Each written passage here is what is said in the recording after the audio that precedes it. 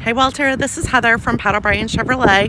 Wanted to send you a quick walk around video of the Colorado that you inquired on.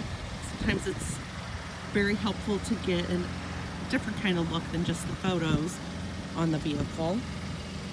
But this is a 2019 that we just recently took in on trade-in.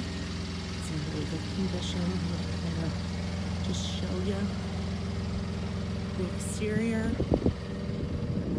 Peek inside too to kind of look at some of the features.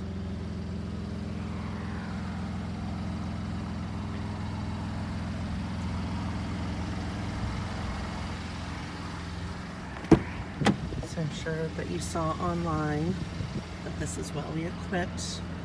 It does have the heated steering wheel, which I turned on, and the heated seats. Sorry if I'm picking up a little bit of a glare. And this one does have 34,689 right now. We're kind of doing a couple test drives on it. But the interior is immaculate. Don't see any spots on it or anything. And it does come with the all-weather mats. You can see down here they have them for both the front and the rear, and then you also have the regular carpet mats as well. So just wanted to give you a little peek at it.